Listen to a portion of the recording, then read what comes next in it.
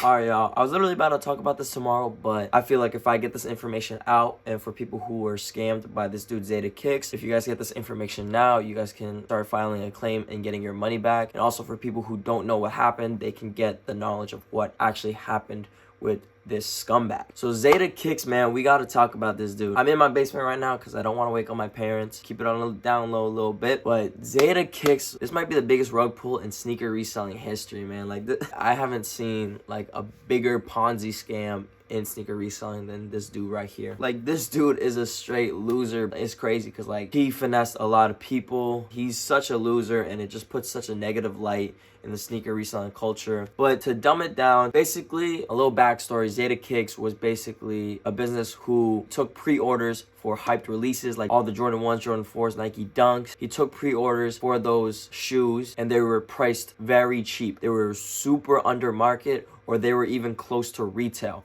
And people would pay the pre-orders up front, and then he would ship your orders out in 4 to 8 months. So basically it was, you pay for something super cheap now and you just wait in the future and you will get your shoe for that cheap price, but you do have to wait 4 to 8 months. That's basically what his whole shtick was, his whole business, which is already sketchy as it is. Recently, he's filed for a dissolution of business for his LLC, his business, Zadehkicks LLC. To literally put it the simplest way possible, he basically converted all his business assets into personal assets. So basically all the money he received from people who filed orders, it's all his now. It's all under his personal assets. So you cannot file a chargeback and he has to pay out of his own pocket. So now basically he has so many unfulfilled orders and people have invested a lot of money. I know people, they're down 70K, down 66K. They've bought tons of Jordan 4s, like the military blacks. You guys are not getting any of those. Like, those are not shipping. He basically took all the money that people gave him and it's all his now, and he doesn't have to pay you back, and you don't even get the shoe. Like, this dude is a complete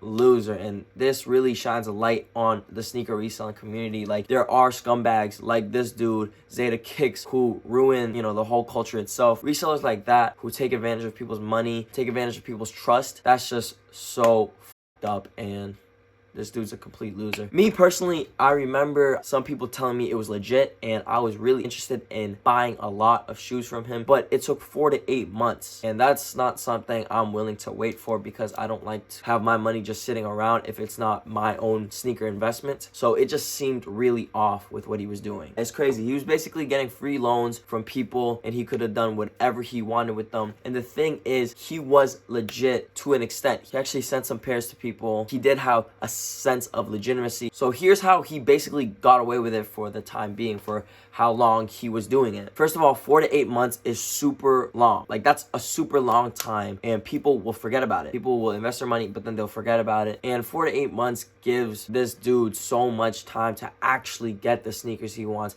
And with all the money coming in from pre-orders, he's not really taking a loss, because probably in his head he wasn't going to fulfill all of them, because 4 to 8 months, some people will forget, some people won't know, so he'll get to pocket all that money to himself. And another reason why he got away with it was because he actually did fulfill some orders. I know for some orders they weren't even for profitable releases. Like for the Jordan 1 Electro Orange, he did fulfill orders for a friend of mine that's in a Discord with me, but the thing is, he used a Shattered Backboard 3.0 mock-up, a shoe that would have a lot more resale value. He put it there because that was the mock-up at the time. People didn't really know how the shoe really looked like, and then when it did come out with the ugly colorway and it wasn't doing too good in resale prices, he was able to get those pairs and able to source it and send it and ship it out. So he was legit. He did fulfill orders, albeit some orders being super unprofitable releases like the Jordan 1 Electro Orange. But yeah, that's basically how he could simply just get away with it. Okay, so this is a big one. How do you get your money back if you have invested into this dude's Ponzi scheme? A fellow creator of mine on Instagram, DP Sneak, he created a post on how to get your money back and a backstory of the whole thing. It's a very informational post.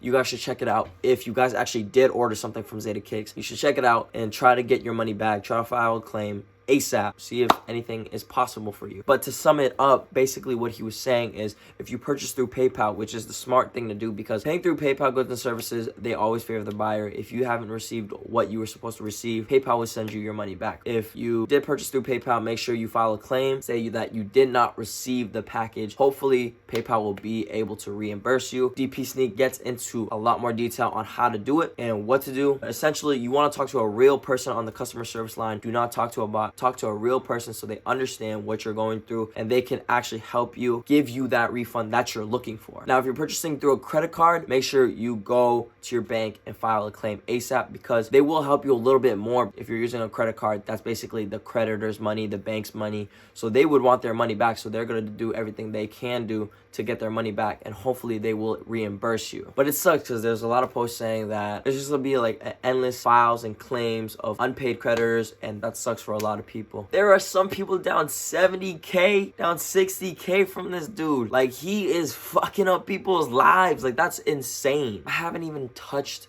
70K in my life. Dude was finessing people bad, and I understand that people could say like it's the reseller's fault as well, because if it's too good to be true, it is. But like, he did fulfill orders, he did have a side of legitimacy to him, but that's why he lasted super long. But dude was taking away hundreds of thousands of people's money. People know he lives in Oregon, so he's gonna receive a lot of backlash for what he did. I'm super sorry for the people who are affected by it, but make sure you guys try to get your money back. This dude has been scamming people for like, I don't know how long, because I've only been reselling sneakers for like 2 years now. I don't know, I think every sneaker reseller has heard about him, but like don't really talk about him, or most don't use his pre-orders, because dude's a scammer. Like, that's literally all I can say. He's a complete loser. So make sure you guys file your claims. And like the saying goes, if it's too good to be true, then it probably is. So make sure y'all be careful, y'all stay focused, keep grinding. All right, I'm just trying to look out for y'all, so hopefully you guys got some info from it. And if you did get affected by Zeta, make sure you file a claim ASAP.